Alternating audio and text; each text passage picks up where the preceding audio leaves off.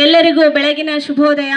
ಪ್ರಾರ್ಥನಾ ಅವಧಿಯ ಸಚೇತನ ಕಾರ್ಯಕ್ರಮದ ಇಂದಿನ ವಿಷಯ ಉತ್ತಮ ಬರವಣಿಗೆಗಾಗಿ ಸಲಹೆಗಳು. ಪರೀಕ್ಷೆ ಹತ್ತಿರ ಬಂದಿರುವುದರಿಂದ ಪರೀಕ್ಷೆಯಲ್ಲಿ ನಮ್ಮ ಬರವಣಿಗೆ ಹೇಗಿರಬೇಕು ಅನ್ನುವಂಥ ಒಂದು ಸಲಹೆಯನ್ನು ನಮ್ಮ ಶಾಲೆಯ ವಿದ್ಯಾರ್ಥಿಯಾದಂಥ ಚಂದನ್ ನಿಮ್ಗೆಲ್ರಿಗೂ ತಿಳಿಸ್ಕೊಡ್ತಾನ.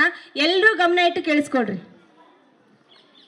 ನನ್ನ ಹೆಸರು ಚಂದನ್ ಸಂಗಮೇಶ್ ರಳಿ. ನಾನು ಓದುತ್ತಿರುವುದು 5ನೇ ತರಗತಿಯಲ್ಲಿ ಓದುತ್ತಿದ್ದೇನೆ. ಇಂದಿನ ಸಚೇತನ ಕಾರ್ಯಕ್ರಮ ಉತ್ತಮ ಬರವಣಿಗೆಗಾಗಿ ಸಲಹೆಗಳು. ಉತ್ತಮ ಬರವಣಿಗೆಗಾಗಿ ಪ್ರತಿದಿನ ಅಭ್ಯಾಸ ಮಾಡುವುದು, ಹೆಚ್ಚು ಓದುವುದು, ಸರಳ ಹಾಗೂ ಸ್ಪಷ್ಟ ಭಾಷೆಯನ್ನು ಬಳಸುವುದು ಮತ್ತು ಬರೆಯುವುದನ್ನು ಪರಿಶೀಲಿಸಿ ತಿದ್ದಿಕೊಳ್ಳುವುದು ಮುಖ್ಯವಾಗಿದೆ. ವಿಷಯವನ್ನು ಓದುಗರಿಗೆ ಅರ್ಥವಾಗುವಂತೆ ರಚಿಸಿ ವಾಕ್ಯಕರಣ ಹಾಗೂ ಅಕ್ಷರ ದೋಷಗಳಿಲ್ಲದೆ ಬರೆಯುವುದು ಮತ್ತು ನಿಮ್ಮದೇ ಆದ ವಿಶಿಷ್ಟ ಶೈಲಿಯನ್ನು ಬೆಳೆಸಿಕೊಳ್ಳುವುದು ಪರಿಣಾಮಕಾರಿ ಬರವಣಿಗೆಯ ಲಕ್ಷಣಗಳಾಗಿವೆ. ಉತ್ತಮ ಬರವಣಿಗೆಗಾಗಿ ಪ್ರಮುಖ ಸಲಹೆಗಳು: ಪ್ರತಿದಿನ ಬರೆಯಿರಿ.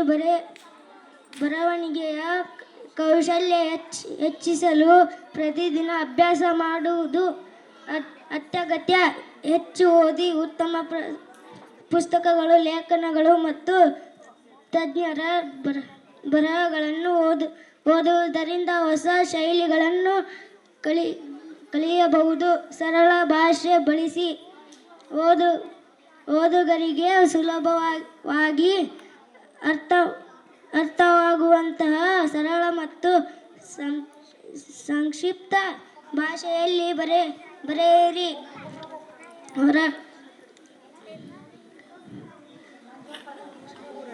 ಹೊರಡ ಪದಗಳನ್ನು ಬಳಸಬೇಡಿ. ಸ್ಪಷ್ಟತೆ ಮತ್ತು ರಚನೆ. ಲೇಖನವನ್ನು ಪ್ಯಾರಾಗ್ರಾಫ್ಗಳಾಗಿ ವಿಂಗಡಿಸಿ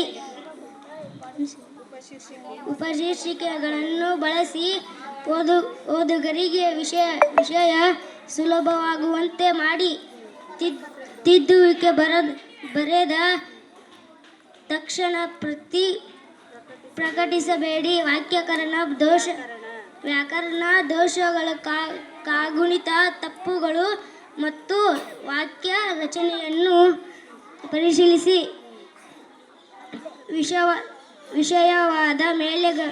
ವಿಷಯದ ಮೇಲೆ ಗಮನ.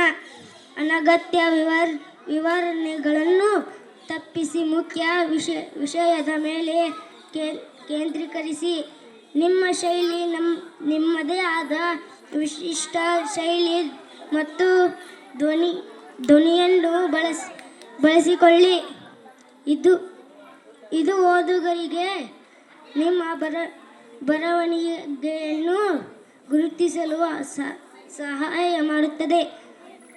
ಆಸಕ್ತಿಯ ವಿಷಯಗಳು. ನಿಮಗೆ ಆಸಕ್ತಿ ಇರುವ ವಿಷಯಗಳ ಮೇಲೆ ಬರೆಯಲು ಪ್ರಾರಂಭಿಸಿ. ಇದು ಬರವಣಿಗೆಯನ್ನು ಆನಂದದಾಯಕವಾಗಿ ಸುತ್ತುತ್ತದೆ.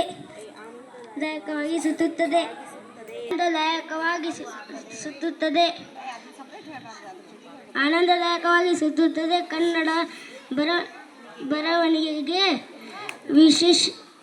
ವಿಶೇಷ ಸಲಹೆಗಳು: ಅಲ್ಪಪ್ರಾಣ, ಮಹಾಪ್ರಾಣ, ಉದಾಹರಣೆ, ಕ, ಖ ಮತ್ತು ಒತ್ತಕ್ಷರಗಳು ಬಳಕೆಯಲ್ಲಿ ಜಾಗ್ರತೆ ವಹಿಸಿ.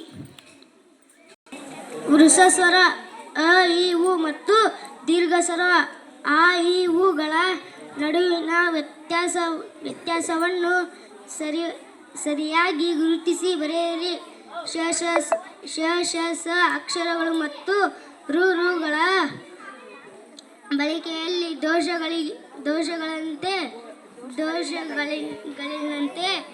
ನೋಡಿಕೊಳ್ಳಿ. ಈ ಸಲಹೆಗಳನ್ನು ಪಾಲಿಸುವುದರಿಂದ ನಿಮ್ಮ ಬರವಣಿಗೆಯ ಗುಣಮಟ್ಟ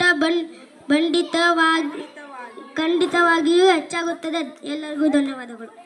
ನೋಡ್ರಿ, ಸಚೇತನ ಕಾರ್ಯಕ್ರಮದ ಇಂದಿನ ವಿಷಯ ಉತ್ತಮ ಬರವಣಿಗೆಗಾಗಿ ನಮ್ಮ ಸಲಹೆಗಳು. ಎಲ್ಲ ಸಲಹೆಗಳನ್ನ ನೀಡಿದವನು, ಒಟ್ಟು 10 ಸಲಹೆಗಳನ್ನು ನೀಡಿದ. ವಿಷಯ ಜ್ಞಾನ ಇರಬೇಕು, ವಿಷಯವನ್ನು ಮೊದಲು ಓದ್ಕೋಬೇಕು, ಅಲ್ಪಪ್ರಾಣ, ಮಹಾಪ್ರಾಣ, ಹುರ್ಸಸ್ವರ ಇವುಗಳ ಬಗ್ಗೆ ಸರಿಯಾದ ಕಲ್ಪನೆ ನಿಮಗಿತ್ತಂದ್ರೆ ಸ್ಪಷ್ಟವಾದ ಬರಹ ನಿಮ್ದಾಗುತ್ತೆ.